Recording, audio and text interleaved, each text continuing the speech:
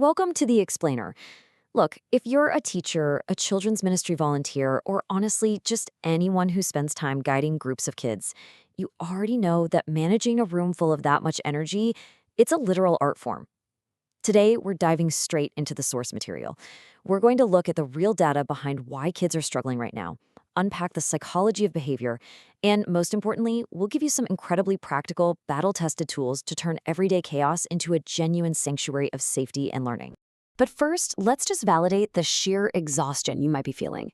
If it seems like teaching or volunteering has objectively gotten harder lately, you're not imagining things.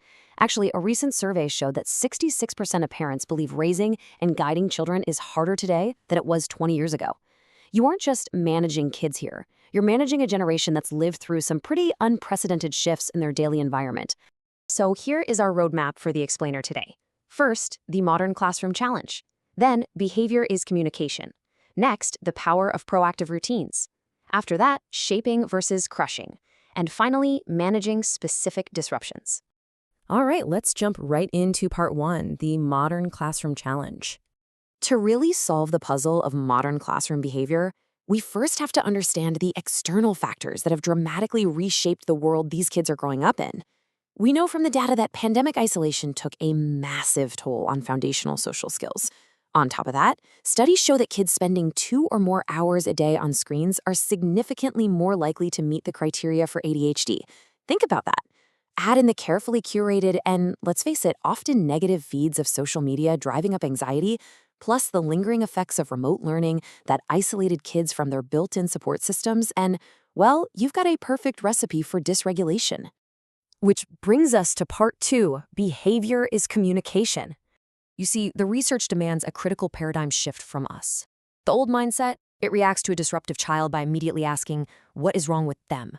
But a trauma-informed mindset stops viewing that behavior purely as a problem to be squashed and starts seeing it as a vital signal. The question completely shifts to, how can we best love them? Or how can we best support them? We absolutely have to remember that trauma is often invisible. A child's clenched fists, an angry outburst, or a stubborn refusal to comply, a lot of times that's just an invisible burden of fear or shame bubbling up to the surface. Meltdowns are really just signposts. The child is subconsciously asking you two huge questions. Am I safe here, and do I belong here? So, how do we answer those questions? Let's talk about part 3, the power of proactive routines. How do we proactively structure our space to answer, am I safe here, with a resounding yes? Well, children, especially those struggling with ADHD or neurodivergence, absolutely crave visual and physical structure. Things that seem like total common sense to us as adults are not common sense to kids. Using simple tape lines on the floor creates crystal clear visual boundaries so they actually understand personal space.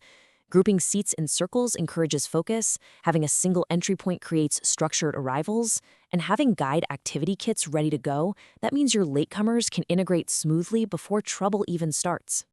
But what about transitioning between activities? That's always tough, right? Dr. Lori Friesen points out that yelling, "Time to stop talking," over and over is just exhausting for everyone. Instead, she teaches a really specific routine. Put on a favorite song and let the kids move around. Then, as the song ends, you simply count down from 10. By the time you hit 0 noise, boom, they know they need to be in their seats. And the absolute second they do it, you instantly praise and reward that behavior. It works like magic. Because here's the thing, if you need kids to transition, you have to give them something to do, or they will entertain themselves. And usually, that means finding the one unsecured bottle of glitter in the back of the room. So, use tools like Go Noodle for brain breaks, or throw on a video of Just Dance for some choreographed movement. When they're lined up at the door, play the statue game to keep them engaged. And definitely use fun call and response tactics. You yell holy moly, and they yell guacamole. It instantly grabs their attention back.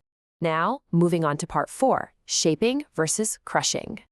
As leaders, we really have to distinguish between behaviors that just need gentle grace and those that genuinely require firm correction. Childishness looks like unrestrained energy, fidgety curiosity, or, clumsily spilling juice. That just needs gentle guidance. Defiance, however, paints in much darker shades. We're talking stubborn resistance, hateful bullying, and repeated willful disobedience. Loving discipline deals with defiance head-on. The source material actually highlights the importance of balancing reproof and the rod. Now, reproof is your verbal instruction. It's explaining the boundaries clearly beforehand so they know the rules. The rod represents the natural consequences when those boundaries are crossed. For example, if a student wastes class time and blatantly ignores your zero noise countdown, a natural consequence is losing their free time later because they have to help you clean the classroom. The boundary absolutely must have an action tied to it, or it doesn't mean anything. Let's wrap up with part 5, managing specific disruptions. Okay, let's get incredibly practical here. When a child throws an object, you must stop that unsafe behavior immediately. You want to stay calm, move in close, and tell them exactly what to do instead of just what not to do. Say something like, toys are not for throwing, toys are for building, and then redirect them instantly to a safe choice, like stacking some blocks. What if a child is hitting, pushing, or kicking?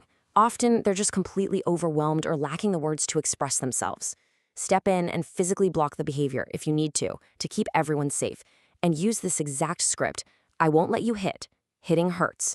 It's highly empathetic, but it sets an absolute firm boundary. Then you can help them find their words by saying, tell me you are mad. For biting, the response is similar, but there is one absolutely crucial twist we learned from the experts. Calmly say, no biting, biting hurts. But remember this sequence. Always, always care for the child who was bitten first. Once the victim is comforted, then you turn and help the child who bit find a better tool or give them simple words to express that overwhelming frustration they're feeling. Finally, what if a child is just flat out refusing to follow directions? Keep your words short. A child who feels powerless often rebels to get some control back, so give them a sense of agency by offering 2 really simple choices. Ask, do you want to clean up the blocks or the books? Alternatively, use a clear first-then statement, like first clean up, then snack. It makes the expectation highly predictable and lowers their anxiety. So, from understanding the very real modern challenges these kids face every day to implementing proactive routines and applying empathetic discipline, all of this data leads us to one final, really empowering question. How will you create a sanctuary of safety in your classroom tomorrow morning? Because when you shift your mindset from what is wrong with this child to how can I proactively support them, you literally change the entire atmosphere of your room. Thank you so much for joining us on this explainer. Now get out there and lead with confidence.